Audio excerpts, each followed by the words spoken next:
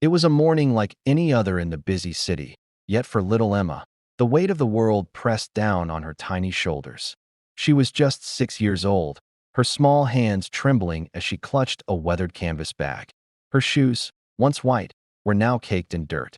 Her dress, too big for her slight frame, hung loosely, and her face, marked by the exhaustion of too many sleepless nights, spoke of a life she shouldn't have to live. Her heart, however, beat with a strength that far outweighed her size. Her mother, Sarah, had always been her rock. Despite the hardships, despite the hunger and the long days, Sarah's smile was the one thing that always made Emma feel safe. But now that smile was gone. Sarah had become so weak over the past few months, an illness no one could diagnose. Her body, once filled with energy, now barely moved from the small bed they shared. The clinic, the only place that might offer hope, had given them an ultimatum: pay today, or they would turn her away. And so, Emma had made a decision. Today, she would find a way. She would not stand by and watch her mother fade away. Her tiny heart refused to accept defeat. She wasn't there to beg. She wasn't there for charity. She was there to work. As she walked through the streets of the city, the contrast between her and the bustling world around her could not have been starker. The sharp scent of perfume and freshly baked bread filled the air, mixing with the hurried footsteps of people in expensive suits, clutching sleek phones. None of them noticed the small, dusty child moving against the current.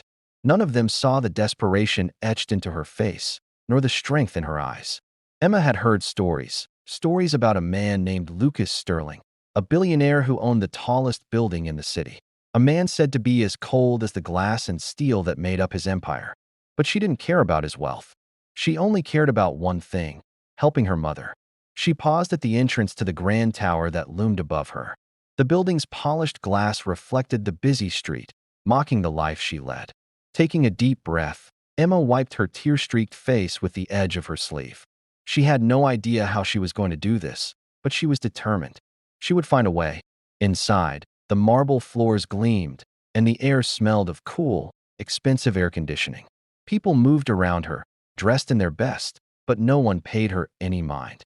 Security guards barely glanced her way as she stood near the entrance, trying to figure out where to go next. A few people looked at her with raised brows, but most ignored her presence entirely. She felt small and invisible, yet she knew she couldn't afford to be either of those things today. Go home, a guard said gruffly, his voice dismissive. This isn't a place for kids. Emma's lips quivered, but she stood tall, her eyes meeting his with a quiet defiance. I want to work. I'm not here to beg, she said, her voice barely above a whisper. But it was enough. Enough to make the guard pause for just a moment before his laughter echoed through the lobby, drawing the attention of several nearby employees. Work, he scoffed. You should go home and play with other kids, not try to work in here. But Emma didn't move. She didn't retreat. Instead, she sat down on the cold floor, clutching her bag like it was the only thing she had left in the world. As she waited, her mind replayed the nurse's angry words, the sound of her mother's weak coughs, the desperation in Sarah's eyes. That was when she noticed someone. A woman, a secretary by the looks of her, walking past. She stopped, her gaze softening when she saw Emma sitting there. Are you all right, dear? The woman asked, kneeling beside her. What's your name? Emma, she whispered, her eyes welling with tears. My mommy is sick. They want to throw her out if I don't bring them money. I just want to work so she doesn't die. The woman, who introduced herself as Claire, took Emma's hand in hers gently. Come with me, she said. Let's see if we can help. Before we continue, don't forget to hit the subscribe button, turn on the notification bell, and tell us where you are watching from, because this story is just getting started. The elevator hummed softly as it ascended, taking Emma and Claire up to the top floors of the towering building. The ride felt endless to Emma, her small hands gripping the edge of the elevator wall. Every inch of the building seemed to mock her, a reflection of everything she didn't have. The air was colder here, more sterile, and Emma felt the weight of the world in that silence. She glanced up at Claire, but the woman's face remained kind, though there was a hint of uncertainty in her eyes. Don't worry, Emma, Claire said softly. You're doing the right thing. But Emma wasn't sure. She had no idea what she was doing. All she knew was that her mother was sick, and this building, this man, was her last hope. She had to be brave. Her heart pounded in her chest as the elevator doors opened with a soft chime, revealing a gleaming lobby that made Emma feel even smaller. Every corner seemed to shout wealth, from the polished floors to the tall glass walls. And yet, Emma's eyes focused on the door ahead. Claire led her down a corridor, past a few more suits and polished desks. People barely glanced at her, but Emma's stomach churned with nerves. Finally, they stopped at a door labeled Lucas Sterling, CEO. Taking a deep breath, Claire knocked, and a sharp voice from inside called out, "Come in." As the door opened, the first thing Emma noticed was the man behind the desk. He sat tall in a large leather chair, his back straight, his expression hard. His dark hair was neatly combed, his suit pressed to perfection. Lucas Sterling looked every bit the billionaire people said he was: cold, distant, and entirely out of reach. Yet, as Emma looked into his eyes, she couldn't help but feel a pang of something. Was it regret? Guilt? She wasn't sure. All she knew was that she had to speak up now, or her mother would suffer. Claire stepped inside and gestured toward Emma. "Mr. Sterling, this is Emma." "I'm busy, Claire." Lucas interrupted, not even looking up. "Tell her to come back later."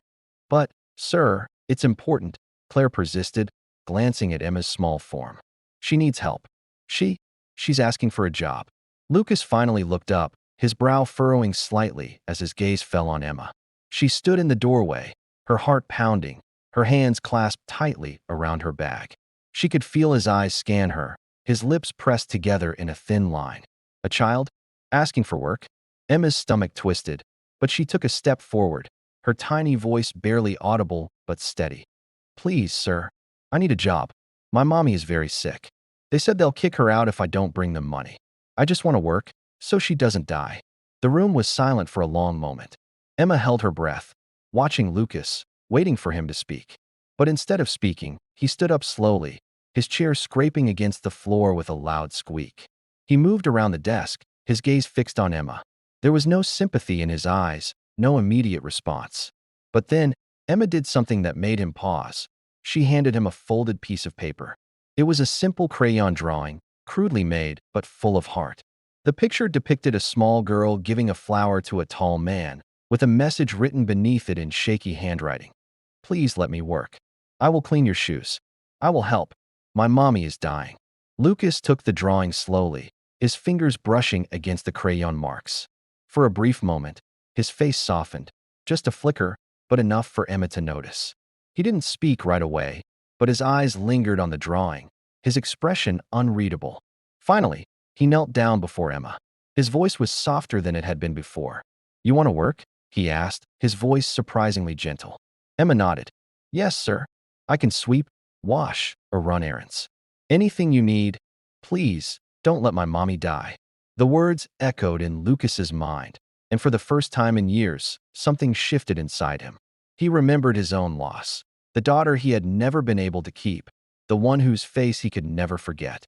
He took a deep breath, feeling the weight of Emma's plea settle in his chest. "I can help," he said quietly. "I'll help you." Lucas didn't speak as they walked back down the long corridor, his mind racing with the girl's words, her courage, and the haunting vulnerability in her eyes. The usual buzz of his office felt distant, muted by the weight of what had just happened. He glanced over at Emma, who was walking beside him, her small feet barely making a sound on the polished floors. She was so tiny, so fragile in comparison to the vastness of the world around her. Yet she walked with a kind of strength, a quiet determination that caught him off guard. For the first time in a long while, Lucas felt something stir inside him, a flicker of compassion, something he hadn't felt since he lost his own daughter years ago. He paused at the elevator and turned to her. "I'll take you to see your mother," he said, his voice low. Emma looked up at him, her wide brown eyes full of hope. It was the kind of look that only a child could give, a trusting gaze, free from the cynicism that often came with adulthood. "Thank you, sir," she whispered, the relief in her voice palpable. She had no idea what was about to unfold, but she knew one thing for sure. She was no longer alone in this fight. The elevator ride was quiet, but Emma couldn't help stealing glances at Lucas. He was so tall, so serious, but there was something in his eyes that seemed different now, something human. She had never expected this, never imagined a billionaire like him would take the time to help someone like her. When the elevator doors opened, The sound of the bustling lobby greeted them. People continued to rush past, their lives unaffected by the events unfolding around them. But to Emma, it felt like the world had stopped. Lucas led her out to the car, holding the door open for her. As she climbed in, she couldn't help but notice the luxury, the leather seats, the soft hum of the engine, the smoothness of everything around her. It was so different from her tiny, cramped home where every meal was a struggle and every day felt like a fight for survival. But in that moment, all that mattered was getting her mother the help she so desperately needed. The car ride felt long, but Emma didn't speak. Her hands were clasped tightly in her lap, her thoughts swirling. She knew this was her last chance. She had no other options, and she couldn't let her mother suffer any longer. As they reached the hospital, Emma's heart began to race. The building loomed ahead, a place that had become a symbol of everything that was wrong in her world. Overcrowded, underfunded, and filled with cold, indifferent faces. But today, it was also a symbol of hope. Lucas parked the car and got out, walking around to open the door for Emma. She stepped out, her legs shaky but determined. Lucas walked beside her, his long strides easily outpacing her, but he slowed down to match her pace. She glanced up at him, and for the first time, she saw a hint of vulnerability in his eyes, a flicker of something she couldn't quite understand, but something that made her feel a little less afraid. They reached the entrance, and Emma ran ahead, her bare feet slapping against the cold tile. She rushed down the narrow hallway, her heart pounding in her chest as she neared her mother's room. When she reached the door, she paused, taking a deep breath before pushing it open. Inside, her mother, Mabel, lay weakly in bed, her eyes closed, her skin pale and thin. Emma ran to her side, grabbing her hand. "Mommy, I brought someone. He's going to help." Mabel opened her eyes slowly, her gaze foggy with exhaustion. "Emma, where did you go?" she asked, her voice barely a whisper. "I went to find a job, Mommy," Emma said, her voice breaking. She forced a smile through her tears. "So you won't die like Daddy." Mabel's eyes widened in surprise, but before she could respond, Lucas stepped into the room. His presence seemed to fill the space, and for a moment, the air felt heavier. He wasn't a doctor, wasn't a miracle worker, but there was something about him that made Emma believe everything would be okay. "My name is Lucas Sterling," he said softly, his voice steady but kind. "I'm here to help." The room felt heavy with silence after Lucas introduced himself. Mabel's eyes flicked between him and Emma, confusion and disbelief clouding her tired face. She had seen countless people pass through this hospital, doctors, nurses, visitors, but never someone like him. Never someone who looked so out of place and yet so genuine. Emma stood beside her mother, her small hand tightly holding Mabel's frail one. She could feel the warmth of Mabel's skin against hers, but it was fading, slowly being replaced by the coldness that had settled over the room. Emma couldn't stand it anymore. She couldn't bear to see her mother like this, so weak, so vulnerable. "Are you really going to help us?" Mabel asked softly, her voice shaking. We don't have anything to offer you." Lucas paused before answering. His eyes softened as he looked at Mabel, then at Emma, who was still holding on to her mother as if her life depended on it. "You don't need to offer anything," Lucas said, his voice quiet but firm. "I'm not here for money or anything like that. I just want to help. I've been where you are, and I know what it's like to feel like there's no way out." The words seemed to hang in the air for a moment, and for the first time, Mabel let herself believe that maybe, just maybe, things could change. She looked up at Lucas, searching his face for any sign of deceit, but all she saw was sincerity. She had spent so many nights praying for a miracle, and now, in this strange man, she saw the first glimmer of hope in weeks. How can you help us?" Mabel whispered. Lucas stepped closer, his gaze never leaving Mabel's. "I'll take care of the bills," he said simply, "and I'll make sure your treatment is taken care of. No one will turn you away again." The words felt like a weight had been lifted from Mabel's shoulders. She hadn't realized how much she had been carrying until it was suddenly gone. Tears welled up in her eyes, but she couldn't speak. She could only nod, her chest heaving with the release of the tension that had built up over the past few months. Emma looked up at Lucas, her eyes wide with awe. "You really are going to help us?" she asked, her voice barely above a whisper. Lucas nodded, his expression softening. "Yes, Emma, you have my word." Emma's heart fluttered in her chest, a warmth spreading through her. For the first time in what felt like forever, she felt hope stir inside her. Maybe, just maybe, things could get better. Maybe she wouldn't have to lose her mother after all. But as they stood there in the quiet room, something shifted in Lucas. He hadn't just helped them out of some sense of charity. There was something more to it, something that had caught him off guard. As he looked at Emma and Mabel, he saw more than just two people in need. He saw a family, a bond that was stronger than any material possession he had ever owned. It was a feeling he hadn't expected, and it unsettled him. He was a man who had everything: money, power, influence, but nothing had ever made him feel this way. He had lost his own family years ago, and since then, he had closed himself off, kept himself distant from the world.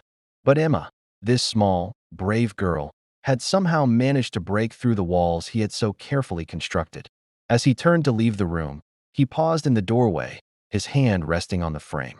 "I'll check in again tomorrow," he said quietly, his voice tinged with something unspoken.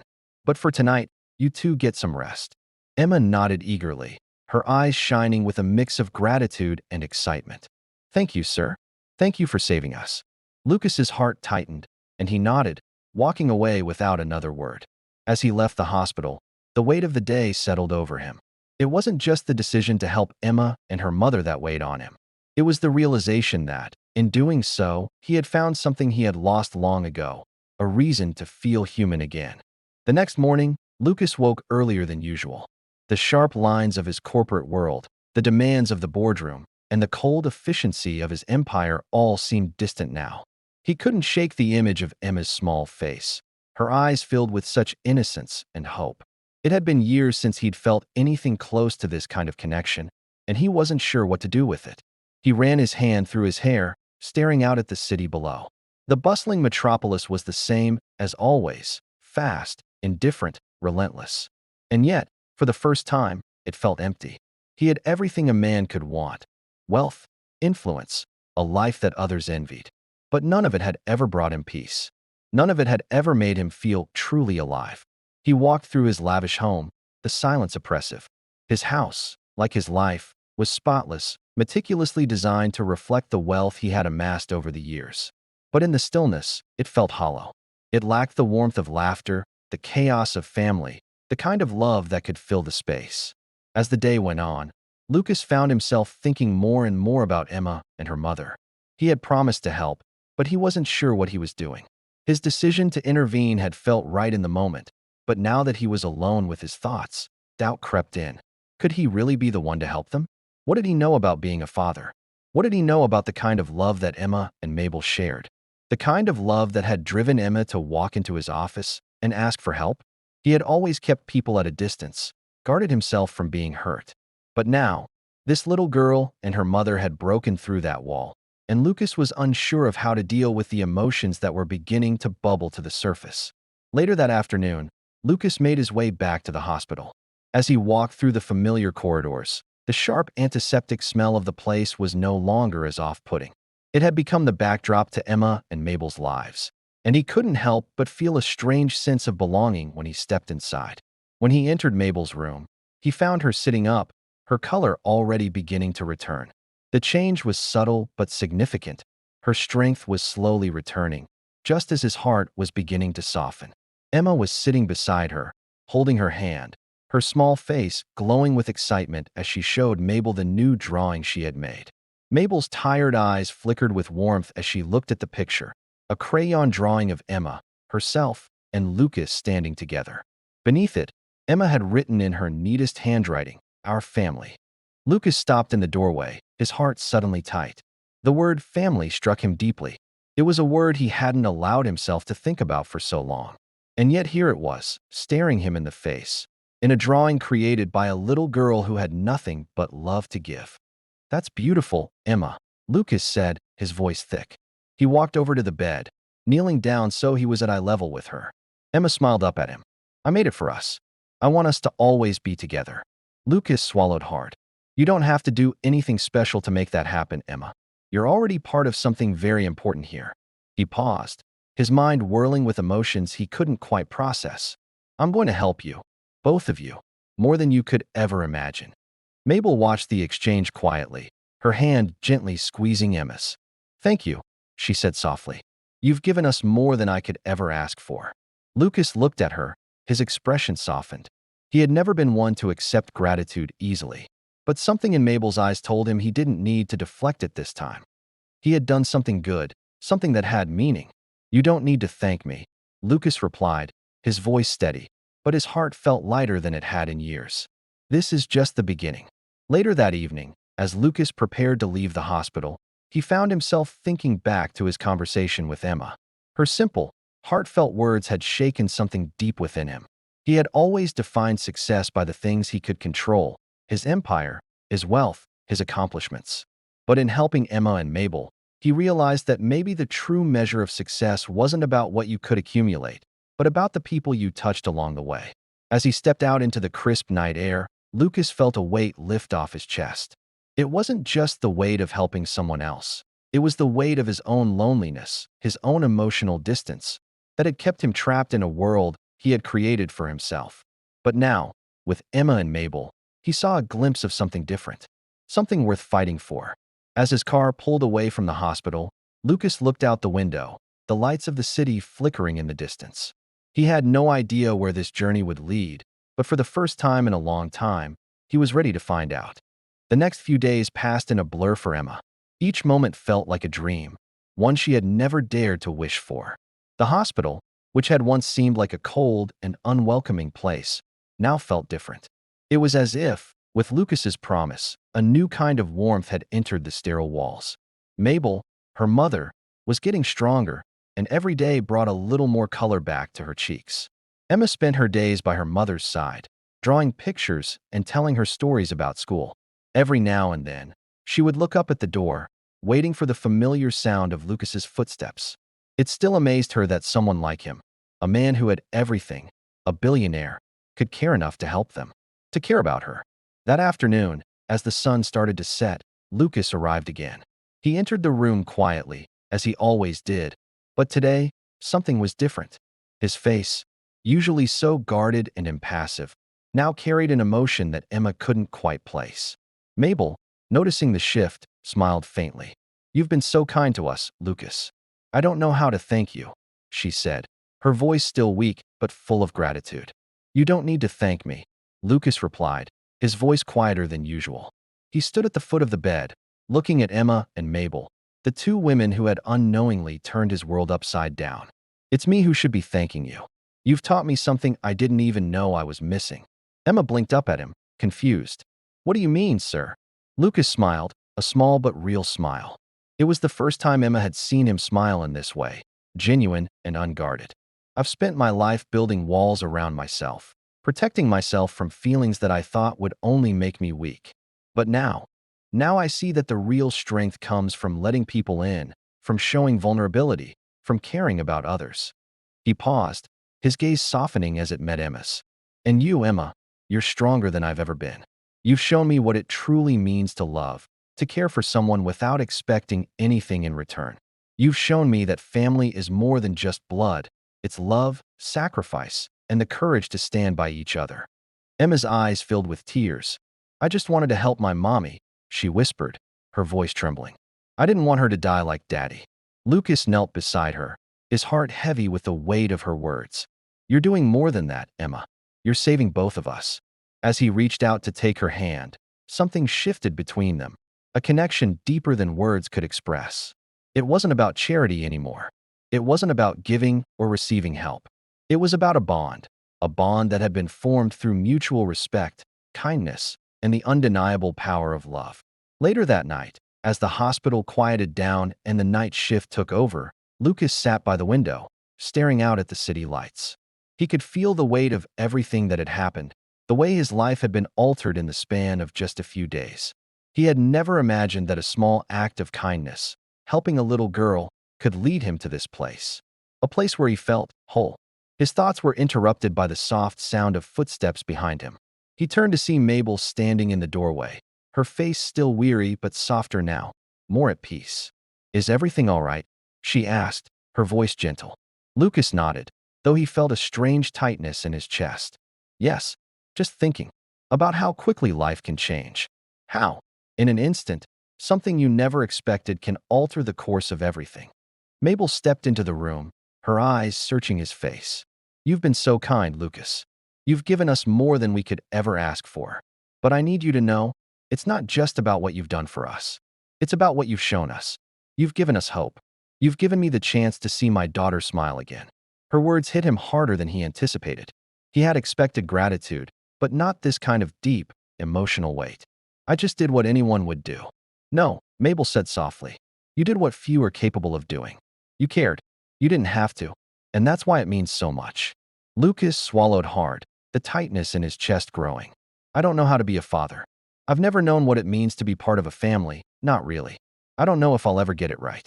But I'll try. I want to try. Mabel smiled, her eyes glistening with tears. You're already doing it, Lucas. And that's all that matters. A few days later, the air at the hospital was filled with a sense of quiet joy. Mabel was recovering, and Emma's laughter echoed through the halls. She no longer looked like the frightened little girl who had walked into Lucas's office seeking help. Now, she was a little girl with a father, a man who had opened his heart and his home to her. That afternoon, as the sun began to set, Lucas drove them both to a small, quiet park. Emma ran ahead, her little legs carrying her to the swings, laughing as the wind swept through her hair. Mabel sat beside Lucas, her hand resting gently on his. Thank you, she said again, her voice full of emotion. For everything. Lucas turned to her, his gaze soft. No, thank you. For showing me what truly matters. As the days went by, their lives continued to change. Emma was enrolled in school, a bright, smiling child who now wore a new school uniform, a backpack with her name embroidered in gold. She had become a symbol of hope, not just for her family, but for Lucas as well. The final moment of transformation came when Lucas stood in front of his employees, Emma by his side. I want you all to meet someone special, he said, his voice firm but filled with warmth. This is my daughter, Emma. From now on, she will be part of this family, our family. There was a brief silence, followed by soft murmurs, but Lucas didn't care. He had made his choice. He had found his family, and nothing else mattered. The days that followed were filled with light. The darkness that had once hung over Emma and her mother had slowly faded, replaced by the warmth of their newfound family. Mabel continued to recover, her strength returning, not just physically but emotionally. Emma, too, began to thrive. She was no longer the scared little girl who had walked into a billionaire's office. She was a child full of dreams and hope, ready to take on the world. Lucas, for the first time in years, felt at peace. He wasn't the man he had once been, driven solely by ambition, isolated in his wealth. No, now he was part of something greater. He had a daughter, a family, and though it hadn't been easy, every moment, every sacrifice had been worth it. One evening, as the family sat together in the warmth of their new home, Emma ran to Lucas, her small hands holding a piece of paper. She had drawn another picture, a simple, joyful scene of them together, smiling. This one's for you, Daddy, she said, her voice bright with excitement. I made it because I love you. Lucas looked at the drawing, his heart swelling. For the first time, he didn't feel like an outsider in his own life. He felt loved. He felt needed. And that was something he hadn't realized he'd been missing until now. The simple act of love, the kind that Emma and Mabel had shown him, had changed everything. Thank you, sweetheart, Lucas said softly, reaching out to embrace her. I love you too, more than you'll ever know. Mabel, sitting beside them, smiled through the tears that welled in her eyes. You've given us more than we could ever repay. You've given us the chance to be a family again. Lucas squeezed her hand, his eyes soft. And you've given me something I never knew I needed. I've learned that family isn't just about who you're born to. It's about who you choose to love. And I choose you both. As the evening wore on, Lucas reflected on everything that had led him here. He had once been consumed by the idea of success, of wealth, of power. But in the end, it was love that had saved him. Love from a child who had nothing but her heart to offer. Love from a mother who sacrificed everything for her daughter. The story of Emma, Mabel, and Lucas teaches us a valuable lesson. Love and kindness have the power to heal even the deepest wounds. Sometimes, we find family not through blood, but through the bonds we choose to create. And while life can be hard, the simple acts of helping others, showing compassion, and being there for those we love can change the world. We all face challenges that feel insurmountable. But giving up is never an option. Just like Emma, who chose to fight for her mother despite her small size and limited means. We must remember that our strength lies in our ability to keep going, to keep loving, and to never stop believing that things can get better.